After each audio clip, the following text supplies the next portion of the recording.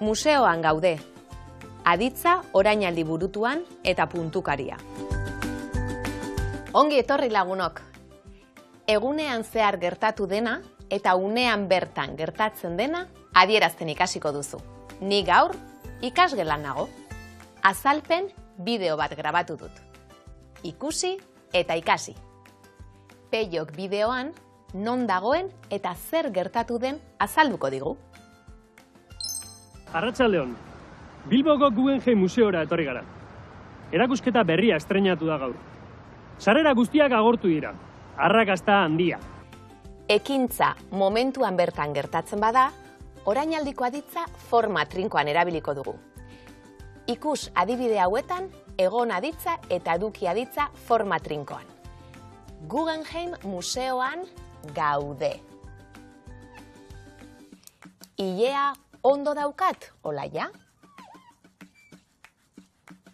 Oraintxe bertan gertatzen dena adierazteko, beste modu bat ere badago. Ari izan, aditza. Honela osatzen da esaldia. Aditza, ten edo tzen bukaera, eta ari izan, aditza.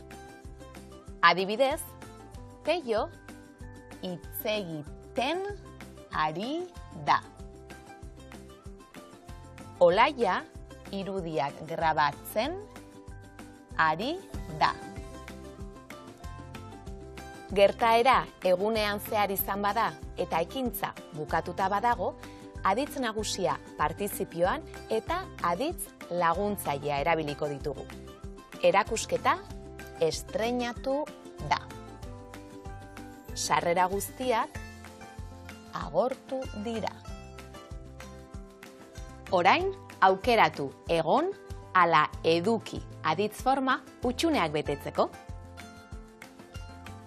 Gu, Guggenheim Museoan gaude. Olaia, nik ilea ondo daukat. Aukeratu aditz laguntzaile egokia.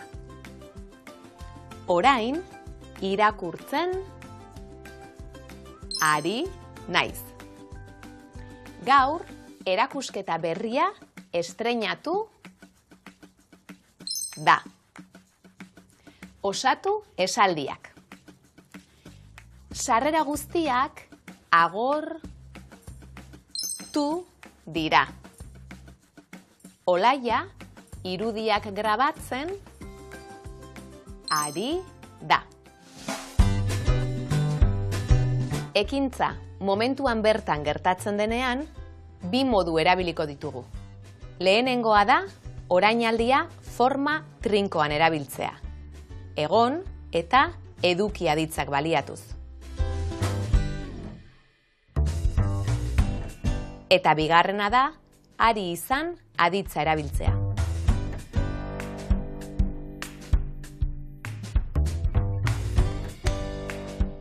Gertaera egunean zehar izan bada eta ekintza bukatuta badago, aditz nagusia partizipioan eta aditz laguntzailea erabiliko ditugu. Segi ikasten eta ondo izan!